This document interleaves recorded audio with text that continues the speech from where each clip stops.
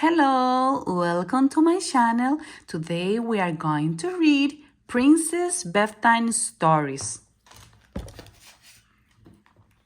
Aladdin, One True Love.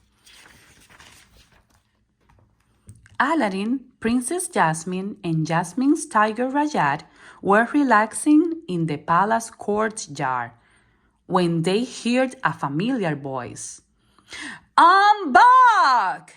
the genie yelled. "How's my favorite couple?" "We'd miss you," Jasmine said. "How was your trip around the world?" "Fabulous," the genie replied. "I saw the pyramids in Egypt, went skiing in Sweden, and worked on my tan in the Caribbean. I'm a nice shade of blue, don't you think?" A spark flew from the genie's finger, and soon Aladdin and Jasmine were surrounded by gifts from every country the genie had visited. He brought a special surprise for Aladdin, a kangaroo from Australia. "Whoa, little guy," Aladdin said as the kangaroo bounced over his foot. But the animal didn't stop.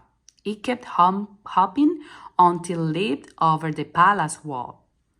"Hey, hold on!" Aladdin yelled. He turned to Jasmine. "I'd better to catch it." "Be careful!" the genie yelled as Aladdin took off. Kangaroos know how to box.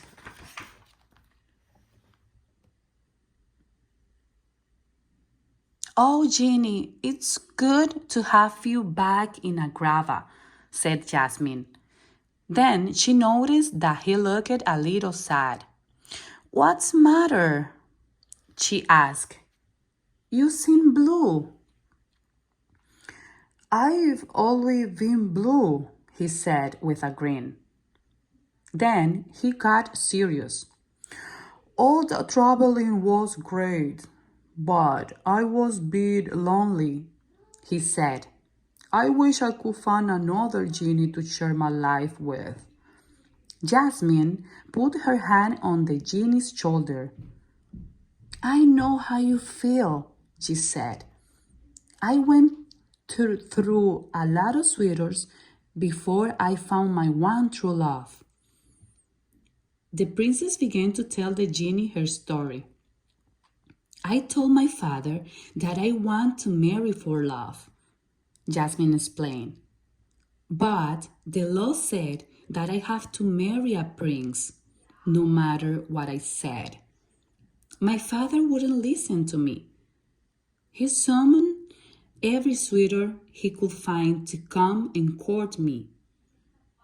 "Sound like you were pretty popular," the genie commented. "Popular? Yes," Jasmine replied. "Happy? No. At first, I tried to make the best of the situation," Jasmine said. "I knew my father was counting on me. He had the seamstresses make ham new outfits for me. It was fun in the beginning, trying on one beautiful outfit after another." "You must have looked gorgeous, darling," interrupted the genie. "And then, of course, there was the jealous. It all seemed too good to be true, till I met the suitors," Jasmine said with a sigh. "Then I wasn't so excited. First, there was a Prince Achoo, or at least that's what I call him," Jasmine continued. "Princess Jasmine," he said. "Oh, Achoo! It's so Achoo! Nice to meet you." The genie laughed. "Was he allergic to you?" he asked. "Not me," said Jasmine. "Just my perfume, the throne room, and everything in the palace. I couldn't take it, so I sent him packing. He sneezed his way out the door. As the days passed, each sweater seemed worse than the one before.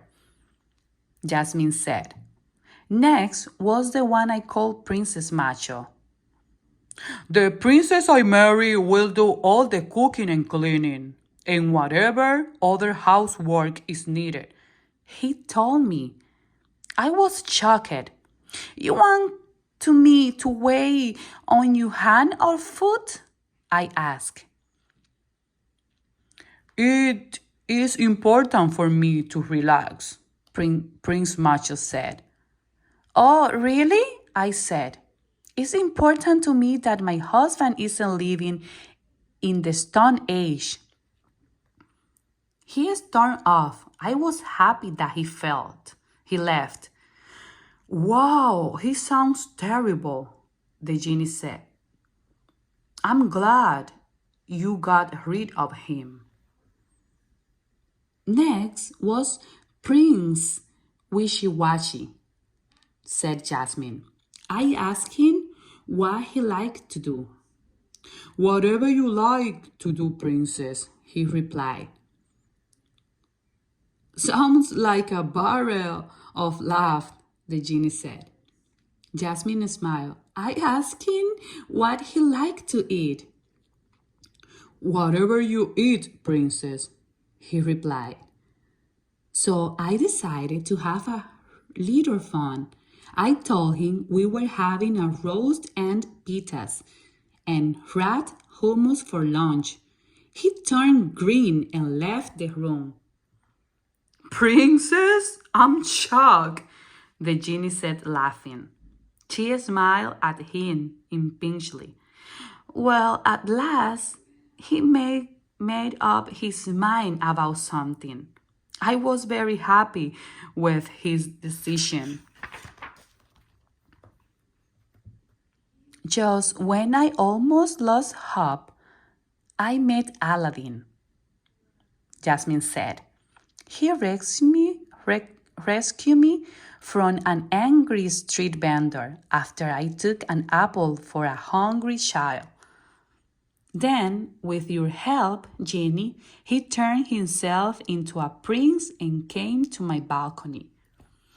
Yeah, I'll never look it better, the genie said. But it wasn't how he looked, Genie. It was what he said. He told me that he understood I wasn't a prize to be won, and that I should be able to decide who I want to marry. Then he took me on the most wonderful ride on the magic carpet, and true love blossomed. Jasmine smiled happily. Then she looked over at the genie. He was bowling like a baby. Genie? Genie? What's wrong? The princess asked. That was the sweetest story I have ever heard, the genie said between sobs. Jasmine laughed and became a bit embarrassed. Genie, you can find the same happiness that Aladdin and I share. I just know your special genie is out there. Really? Asked the genie. Yes, really, Jasmine replied. Just then, Aladdin showed up with the kangaroo. You were right, Genie. The kangaroo has a strong right punch, he said, holding his arm.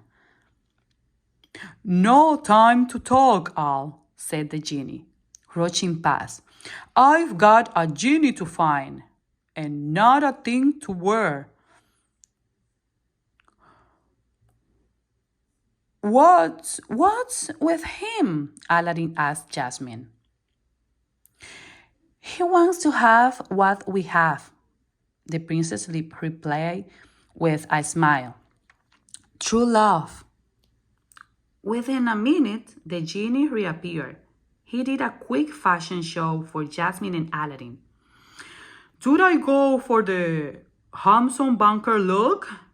Or maybe the preppy golfer thing? Or what about surfer dude with tooth? Which one works best?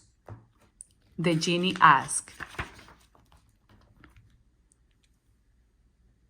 You want someone to like you for who you are on the inside, Jasmine advised. Just be yourself. Myself? The genie said. You mean like who I really am in my heart? Not the people I change myself into? Exactly, Jasmine replied. I wonder who that is, the genie said. Come on, Genie, Aladdin said. You're a great guy, funny, smart, helpful, and kind. You're a wonderful friend, and some lucky genie lady is going to realize that, as Jasmine said, just be yourself. A light bulb went on above the genie head.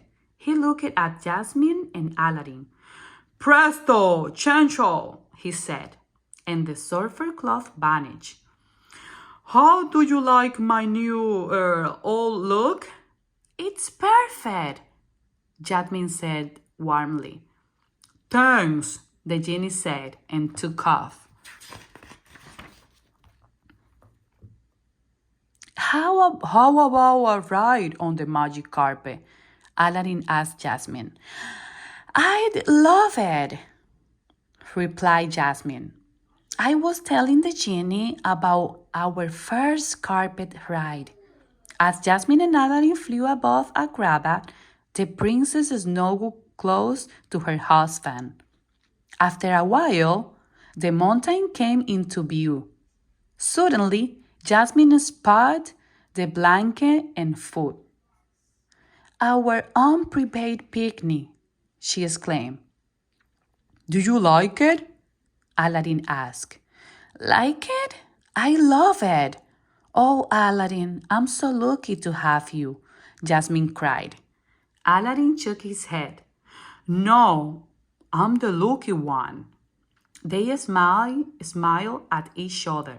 Soon the magic carpet came to a stop. Aladdin offered Jasmine his hand and led her over to the picnic basket. As they enjoyed their sunset picnic, Jasmine thought again about all the annoying suitors.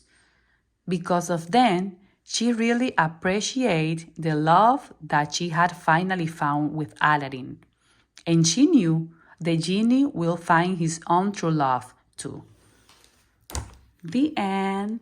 Thank you for watching my channel. If you like this book, subscribe and press the thumbs up.